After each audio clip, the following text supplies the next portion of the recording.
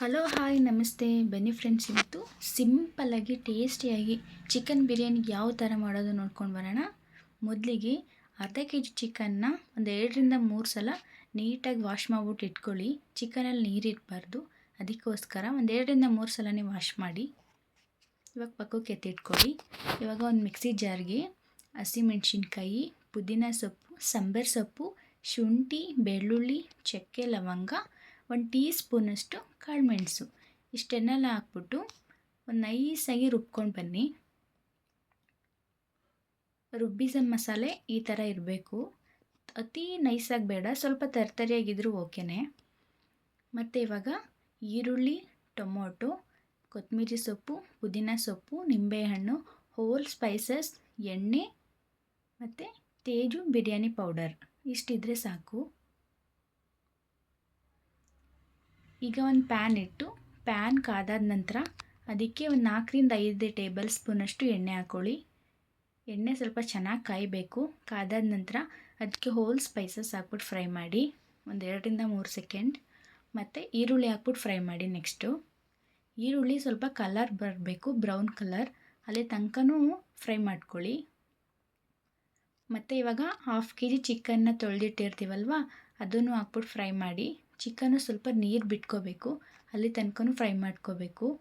ಹಸಿ ವಾಸನೆ ಎಲ್ಲ ಹೋಗಬೇಕು. ಚಿಕನ್ನಲ್ಲಿರೋ ನೀರಿನ ಅಂಶ ಎಲ್ಲ ಬಿಟ್ಟು ಅದು ಹಸಿ ವಾಸನೆ ಎಲ್ಲ ಹೋಗಾದ್ಮೇಲೆ ಒಂದು ಮೀಡಿಯಮ್ ಸೈಜು ಟೊಮೊಟೊನೂ ಕಟ್ ಮಾಡ್ಬಿಟ್ಟು ಹಾಕ್ಕೊಳ್ಳಿ. ಮತ್ತು ಈಗ ರುಚಿಗೆ ತಕ್ಕಷ್ಟು ಉಪ್ಪು ಮತ್ತು ಚಿಟಿಕೆ ಅರಿಶಿನ ಪುಡಿನೂ ಹಾಕ್ಬಿಟ್ಟು ಫ್ರೈ ಮಾಡಿ. ನೋಡ್ತಿದ್ದೀರಲ್ಲ ನೀವೇ, ಇದೇ ಥರ ಮಾಡಬೇಕು. ಚಿಕನ್ ಬಿರಿಯಾನಿಯಾಗ ತುಂಬ ಚೆನ್ನಾಗಿ ಬರುತ್ತೆ.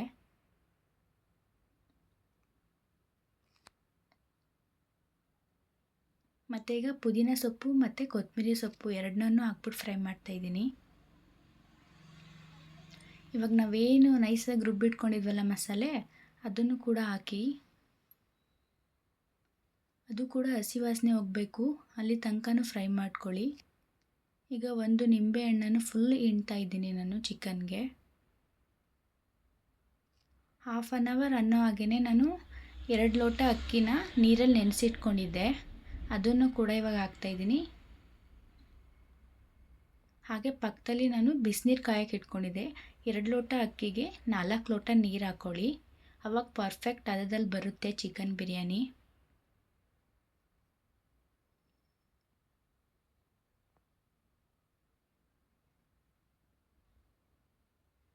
ಇವಾಗ ತೇಜು ಬಿರಿಯಾನಿ ಪೌಡರ್ ಏನಿದೆ ಅದನ್ನು ಹಾಕ್ಕೊಳ್ಳಿ. ಹಾಕ್ಬಿಟ್ಟು ಸ್ವಲ್ಪ ಚೆನ್ನಾಗಿ ಮಿಕ್ಸ್ ಮಾಡ್ಕೊಳ್ಳಿ, ಯಾಕಂದರೆ ಅನ್ನ ತಳ ಹಿಡಿಯುತ್ತೆ, ಅದಕ್ಕೋಸ್ಕರ.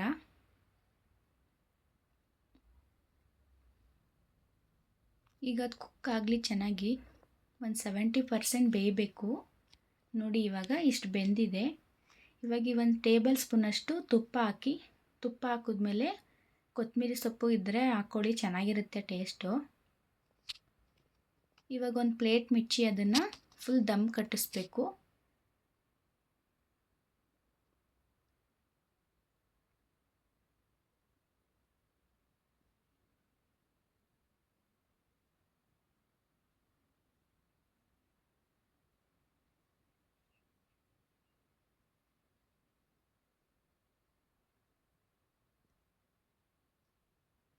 ನೋಡಿ ಇವಾಗ ಚಿಕನ್ ಬಿರಿಯಾನಿ ರೆಡಿಯಾಗಿದೆ. ಬನ್ನಿ ಪ್ಲೇಟ್ಗೆ ಸರ್ವ್ ಮಾಡೋಣ ರೈತ ಜೊತೆ. ತುಂಬ ಚೆನ್ನಾಗಿತ್ತು ಫ್ರೆಂಡ್ಸ್, ಚಿಕನ್ ಬಿರಿಯಾನಿ ಅಂತೂ ಸಖತ್ತಾಗಿತ್ತು. ನೀವು ಮನೇಲಿ ಒಂದ್ಸಲ ಟ್ರೈ ಮಾಡಿ, ಸಖತ್ತಾಗಿ ಬರುತ್ತೆ. ಇನ್ನು ನಾನು ಯೂಟ್ಯೂಬ್ ಚಾನಲ್ನ ಯಾರೆಲ್ಲ ಸಬ್ಸ್ಕ್ರೈಬ್ ಮಾಡಿಲ್ಲ, ಪ್ಲೀಸ್ ಬೇಗ ಹೋಗಿ ಸಬ್ಸ್ಕ್ರೈಬ್ ಮಾಡ್ಕೊಳ್ಳಿ. ಹಾಗೆ ಲೈಕ್ ಮಾಡಿ, ಶೇರ್ ಮಾಡಿ ಫ್ರೆಂಡ್ಸ್. Thank you.